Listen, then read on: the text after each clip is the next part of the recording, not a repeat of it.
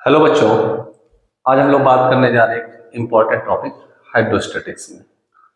इसमें एक important problem आती है, कैटेगरी आती है जो कि एक यू शेप ट्यूब प्रॉब्लम आती है कि उसमें दो डिफरेंट लिक्विड डाले जाए तो क्या क्या चेंजेस आते हैं, किस कॉलम पे हाइट कम रहती है, किस में ज़्यादा रहती है। तो चलिए इसका एग्जाम्पल लेते हैं। सपोज हमने ये एज्यूम कर लिया कि हमारे पास एक यू ट्यूब है। This is a U shape tube और ये एक यू शेप ट्यूब है।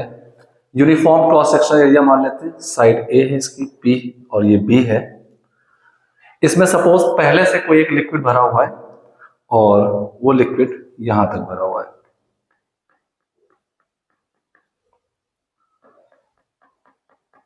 अब क्योंकि एक सेम लिक्विड भरा जाएगा, ये this is suppose having density rho, same liquid भरा जाएगा तो ये सेम लेवल तक बोथ साइड में हाइट रहेगी इसकी, ये हाइट सेम रहेगी। आपको प्रॉब्लम ये हाइट दी हुई है सपोज 40 सेंटीमीटर और इसका वैकेंट पार्ट जो है ये 10 सेंटीमीटर दिया हुआ है। 10 सेंटीमीटर ये आपको दिया हुआ है। अब आपसे कहा जाता है कि इस साइड एक कोई दूसरा लिक्विड जिसकी डेंसिटी कुछ और है, ऐसे इसको फिल किया जाए 3 रो डेंसिटी का फिल किया जाता है। तो किस साइड में स्लोली फिल किया जा रहा है इसमें, तो ए साइड है और बी साइड है। किस साइड में इसमें लिक्विड ओवरफ्लो करना शुरू करेगा, तो कौन से साइड पहले फिल हो जाएगी और जिस समय कोई एक साइड फिल होगी दूसरी साइड से लिक्विड खाली रहेगा। तो कितना खाली रहेगा वो हमको पता करना है, वैकेंट लेंथ पता करनी है कितना रहेगा।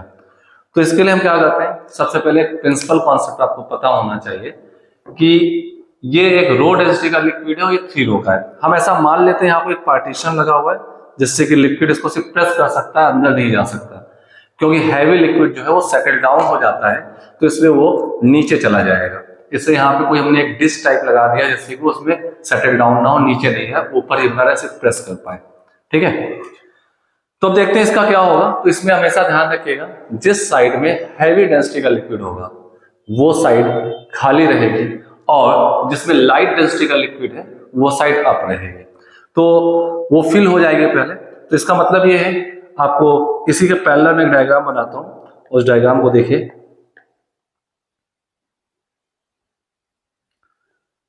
ये हमने एक सेम टाइप से उसी ट्यूब का एक फिल होने के बाद का डायग्राम बना रहा हूं।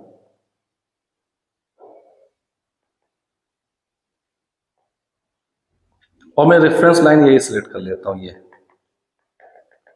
This is side A, this is side B.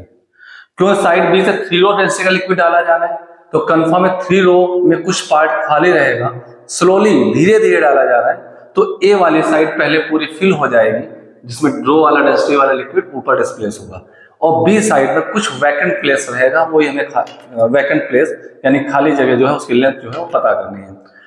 तो सपोज अगर ए साइड पूरी फिल हो जाती है ब्लैक वाले लिक्विड से, जिसका डेंसिटी रो मैंने ब्लैक कलर से दिखाया हुआ है, तो ये यहां से अपने लेवल से 10 सेंटीमीटर अप गया।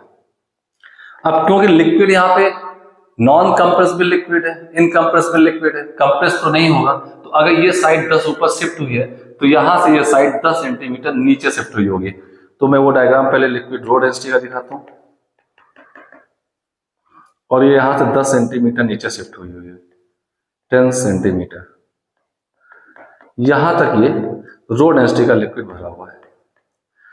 अब क्योंकि यहां से 3 रो फिल कर रहे थे तो 3 रो कहीं ना कहीं तो यहां पर होगा और वो कहां पर होगा ये हमें कैसे पता चलेगा, तो हम बाई गेस, मुझे नहीं पता 3 रो का लेवल यहां से यहां तक रहेगा, 10 से पहले, इस रेफरेंस लाइन से पहले रहेगा या ऊपर रहेगा या इसके बराबर रहेगा, ये चीज हमें नहीं पता है। तो हम क्या करते हैं, इंडिकेटिव कुछ एक ऐसा इनिशियली एक डायग्राम मान लेते हैं। एक्स की वैल्यू अगर 10 से कम आ गई तो नीचे रहेगा, इक्वल आ गए तो इसी लेवल तक भरा होगा 3 रो, और मोर आगे से ऊपर कहीं आएगा। तो हम ऐसा कुछ मान लेते, सपोज यहां तक, ऐसे यहां तक ये लिक्विड भरा हुआ है और इस लिक्विड की यहां से जो जहां से लिक्विड रो शुरू है ये हाइट को हमने x मान लिया है।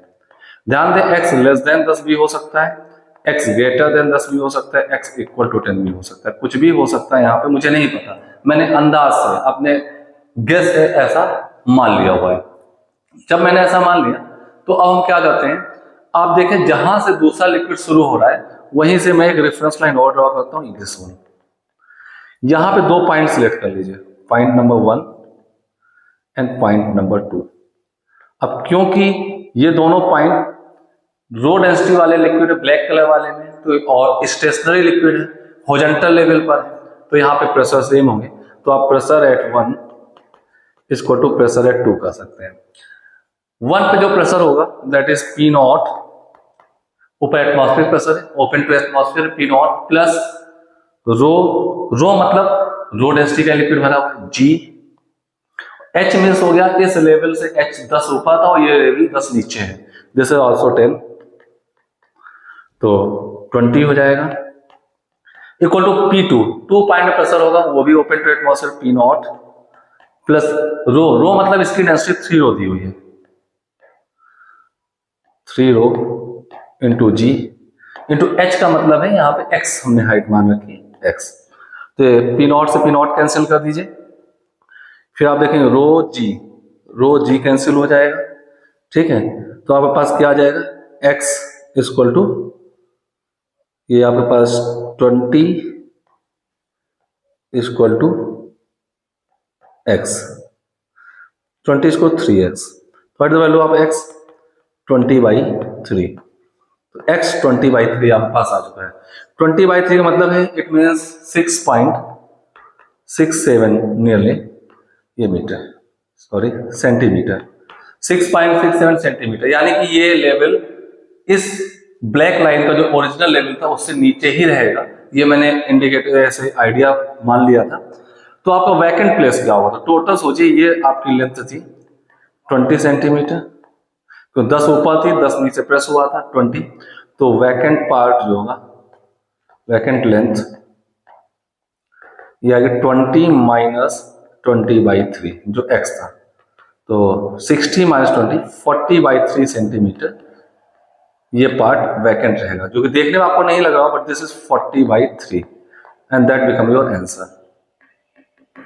तो जो काम हमने यहां पर एक हैवी डेंसिटी का लिक्विड डालकर किया, ये देखिए हैवी डेंसिटी का लिक्विड पड़ा हुआ है यहाँ पर, यही काम लाइट डेंसिटी का लिक्विड डाल के भी कर सकते हैं। हाँ, जब इस साइड में हम लाइट डेंसिटी का लिक्विड डालेंगे जो रो से कम होगा, रो/2 या रो/3 कुछ भी होगा, तो उस केस में बी वाली साइड पहले फिल हो जाएगी और ए वाले में कुछ वैकेंट लेंथ रहेगी, तो हम इसी कॉन्सेप्ट का यूज करके उसको भी निकाल सकते हैं। एक इंपॉर्टेंट केस है, सभी को आना चाहिए, ठीक है। अगर आपको कुछ भी अच्छा लगा तो कमेंट जरूर करिए और बताइए आप इस बात को समझ पाए या नहीं समझ पाए। Okay, thank you.